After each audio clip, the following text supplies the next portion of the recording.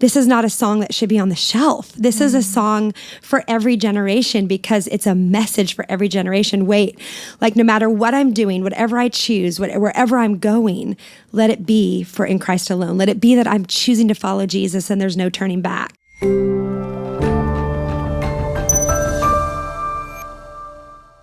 I am here today with someone who, of course, needs no introduction, the legendary Natalie Grant. Thank you for joining. Oh, it's a joy to join. I love, seriously, you are just a bright light to any space that you walk into. And I want to talk about the new album in just a second. That's out now. Yeah. But first, you have been tearing it up with the national anthems lately. Can we just talk about this for a second? I haven't paid attention to football a day in my life, but when Natalie Grant steps on my television, I'm like, okay, we're here. It's been so crazy. I'm like, wait, they want me to come sing the national anthem again? Yeah. Like they do? Are you sure? Because you did the opener for NFL season and then the Titans game recently too. Yes, I did a presidential debate. I think that where it started was I did the national anthem for the national championship game. Yes. Georgia and Alabama. I remember this because I am a Natalie Grant national fan, anthem super fan. So, well, that was a moment where I was like, oh wait, I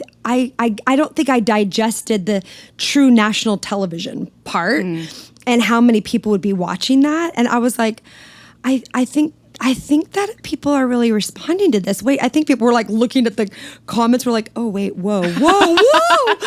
So I've had so many cool opportunities since then. But to open, I am a football person, like a diehard. Seahawks, correct? Yes, Yeah. but I wait for NFL season to start. And so for me to get to kick off the season, I was like, wait, is this, pinch me, is this for real? Is this for real? So it was pretty special. Well, that leads to an interesting question because you've been performing for decades now. Do you ever get nervous anymore? Oh, all the time. Okay. Somebody else just asked me this question. And yeah, I mean, I've been doing this for a long time, but I don't get like scared. I don't get like, I'm like stage fright, but I do get nervous, like that kind of like where your adrenaline, you have butterflies. Yeah. But for the national anthem, I do get nervous because I'm like, no matter how many times you've sung it, do not mess up the words. You cannot, do not. Don't become a meme. This is not how you want to go viral. This is not why. Don't let this be a moment. No. And the last time I just did it, so for the Chiefs, it was for the opening of the NFL season. Right after I did this moment where I went, and the flag was still there. All of a sudden, I open up my eyes, and this lady in front of me that works for NBC, and she was like, the plane's coming, sing faster, sing. I'm like, oh, say does that Star Spangled Banner. I'm like, how fast can you sing the national anthem? I guess the pilot took off 45 seconds early, and and there was supposed to be this moment where right as I finished, home of the brave, and they're supposed to show the flyover, and if you actually look back and see it, they show, it's just like the tail lights of the plane. I didn't even think about that needing to be timed literally out so and I was perfectly. like, I'm going as fast as I can. She was like, hurry. I'm like, I'm like, don't, just take a deep breath. It is what it is. You can only go as fast as you can go. So while you're trying to sing on national TV and a lady is screaming at you and you're trying to remember the words and there's a plane really loud and people are screaming, but we made it. Look, I watched that performance Jesus. probably a half dozen times, so no one could tell that was going on because it was you're just amazing. wonderful. Thank you. Speaking of just your incredible talent, your brand new album called Seasons out, and there's a few unique things about this album I want to talk about. First of all, the collaborations list is just insane. Corey Asbury, Mary, Torrin Wells, Kane, Dolly Parton, CeCe Winans. I know. It is just a laundry list of incredible people. It's crazy. Is there anyone that's still on the wish list to collab with in the future? Okay, so I kind of had my dream list and they all said yes. And I honestly, like for me, it was like what's the worst that can happen? They say no. Yeah. Then you're just right off where you started. So I'm just going to keep asking. And they just kept saying yes. But yes, if I was to do this again, there is an R&B singer named Brian McKnight and he is a dream collab. I've always wanted to sing with him. And I thought it would be pretty special to do something with Amy Grant, since I've been asked the entirety of my career if we are related. My blonde moment have not really even thought about entirety that. of my every time. You any relation to Amy Grant? No, we're not. But I love her, and I grew up singing her into my hairbrush. So same. I think we all did. Yeah. Yes. But Dolly Parton, like, my goodness. No, like the whole thing is just, and I think that for me, just because the whole project, the whole concept is these songs from different seasons of my life. These are also artists from different seasons, like artists from right now seasons and artists from forever seasons and artists from previous seasons. And so, but the Dolly thing, I still am at a loss for words. Between Dolly and CeCe, those for me are my loss for words moments. That I kind of can't believe it's happening. Absolutely. And it's interesting that these are songs that have meant something to you, because I look through the track list and I can find different moments in my life too. I mean, dancing in youth group to Shackles by Mary Mary. Like, come on. Yeah. Or it's like I want to talk specifically about In Christ Alone, because that was a song that I, could barely play on the piano, but would bang out, and sing my heart out to. So what has that song specifically meant to you in a season in your life? That song came out when I was a senior in high school. And like back then, I was just starting to really sing a lot. And we would have to go to the Bible bookstore to actually listen to music. They had a listening center in the Bible bookstore. I remember we would put on the big headphones and you would listen to the new releases. You would listen to high-low tracks, right? Like accompaniment tracks for what songs you wanted to sing in church. And I had heard this song on the radio, and it's so funny because anybody who's been listening to radio for years and years and years remember the moment when you used to actually have to have your boombox ready and the radio was playing and you would wait for your favorite song to play on the radio and then you would hit record on your cassette. And this was one of those songs for me where I was like, I'm gonna record Michael English singing In Christ Alone. And even as a senior in high school, I could say, even though I wasn't spiritually mature yet, right? But even in that moment, I could say, this is a life song for me. Like, this is a song, I want to build my life in Christ alone. I was just getting ready to go to college. And I remember going, I don't know what I'm going to do. I just know that I want to be in ministry of some sort. And I had no clue. I thought I was going to be a school teacher. Like, I had no idea what I was going to do with my life. But I knew that this song was a life song for me. Yeah. And as it came around to this song, and my twin daughters are juniors in high school, which is crazy. And I think about, oh my gosh, why am I crying? I just think about where they're at in their life and the decisions they're going to be making and the moments that they're going to be building. It's like, this is not a song that should be on the shelf. This is a song for every generation because it's a message for every generation. Wait, like no matter what I'm doing, whatever I choose, wherever I'm going, let it be for In Christ alone. Let it be that I'm choosing to follow Jesus and there's no turning back. And so I think to be able to record this, I had them in mind, for sure. Speaking of them, they also joined you on the track. All three oh my of gosh, them. I'm already crying. I'm going to cry again talking about it. Well, I was curious because my mom and I, we always sang You Can't Hurry Love in the car together. Is there another song that is the Grant family, the Herms family, typical go-to karaoke, all the girls singing along? I mean, for us, it's always going to be Kirk Franklin.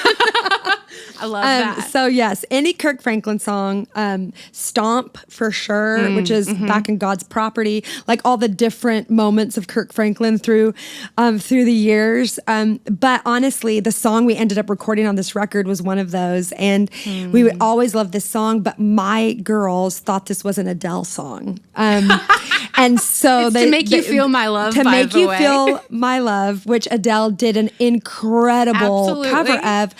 But it's a Bob Dylan song. Right. And so my girls were, I remember specifically, we were driving in a rental car in the Pacific Northwest, where I'm originally from. We were going to the ocean with my family. All 5 of us are in the car. Bernie's driving. The 3 girls are across the bench seat in the back. And they're telling me about how much they love Adele's To Make You Feel My Love. And I'm like, okay, I love Adele singing that, but that's actually not an Adele song. They're like, what? So then I pull up Bob Dylan's version. I start playing it for them. And they're like, wait, Adele is way better. Okay, she might be a better singer, but it is Bob Dylan. Yeah. And I can't explain it to you, but all of a sudden it gets to that verse as we're listening. I'd go hungry, I'd go black and blue, I'd go crawling down the avenue. Oh no, there's nothing that I wouldn't do to make you feel my love. And I'm listening to my girls sing those words and I'm like, wait, I know Dylan didn't write this as a mother to her kids, but this is my song to my kid. This is what I would say. If like I could say anything to you right now, this is what I would say. So I start crying and they're like, are you crying right now? Sound like teenagers, yeah. And then I literally was like, oh my gosh, we should cover this someday and I should get grandma to sing on it. And they were like, then they started to cry. And we kind of forgot about it, never thought another thing about it until I started doing this record. And I was like, wait, I'm going to do that song. And my mom is singing on this song with me. And my parents still live in my childhood home. And so my husband literally went to Seattle and recorded my mom singing, I'd go hungry, I'd go black and blue, I'd go crawling down the avenue. Oh my gosh. At 83 in my childhood home. And it is, I can't listen to that one without sobbing my eyes out. I think. Because my mom also just sounds like a freaking legend on it. She sounds like Rosemary Clooney or something from like a different era. She sounds amazing. It is a gift. Even if it was for nobody else, for my family and for the generations that are coming, it's a gift forever. I think it's a gift for the world because I hear like sniffles in the room. Like I'm tearing up. That's just a beautiful moment to have that and to have that captured for forever. Is literally a gift. So one more thing that is a little self-serving, so please forgive me on this. And I know this is something that you want to remember, but 10 years ago, my husband toured with you on your Dare to Be tour. Yes. And so I've been doing this thing lately that I think we all have thoughts of other people in our head that whenever someone's name comes up, we think of a memory. And I wanted to share something with you. And it was a kindness that you showed me that you I know you don't remember because it was so passing, but I tweeted you 10 years ago, and I said, oh my gosh, I wish Natalie Grant would have brought Dare to Be to Nashville. I love seeing that husband of mine doing what he loves. And you replied, that husband of yours is great at what he does and such a joy to have on the team. And I mean, I was a young newlywed who was having to deal with my husband suddenly being gone all the time and trying to figure out a new city. And it wasn't even this fangirl moment, which it absolutely was, but it was also just this, wow, that is just pure kindness that you took the time to reply that there's someone looking out for him and taking care of her team. And I've just always wanted to share that with you, how much that meant to me, because still to this day, when I see your name come up in my log during my show, I don't think, oh yeah, Natalie Grant, that's the song we play. I think, oh my gosh, Natalie Grant was so kind to my husband and was such a good experience for him. So I wanted to share that with you. That means so much to me. Because it meant so much to me. Actually, thank you for that. And it's such a little, that those affirmations along the way that, social media is a funny thing that can be really negative or can be really used for good, and it can be such a life suck for so many people too. Yes. But at the same time, I've always had this decision that's sometimes been really hard for my team that I don't want other people posting for me, that it's me, because I want to connect with people. And I kind of have always been like, this might sound over spiritual or silly, but I feel like God will send me the people I need to respond to or the people I need to reply to. And you are one of those people. And so it's just a like little affirmation of like, no, you were doing the right thing.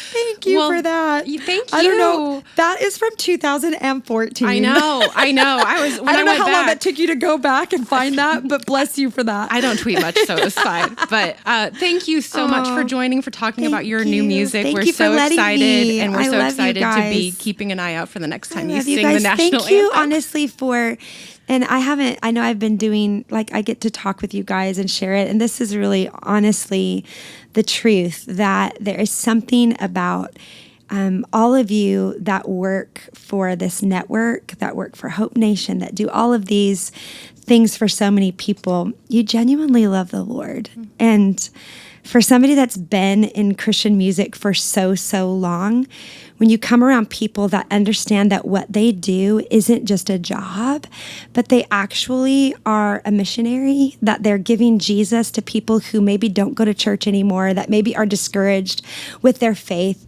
But you guys, every single day, give of yourselves so that people can hear the hope of the gospel. It's not lost on me that what you do is really making a difference. And I just want to say thank you. Natalie, you have set the record for the most times I've teared up during an interview, and I don't know how I feel about it. Bless you guys.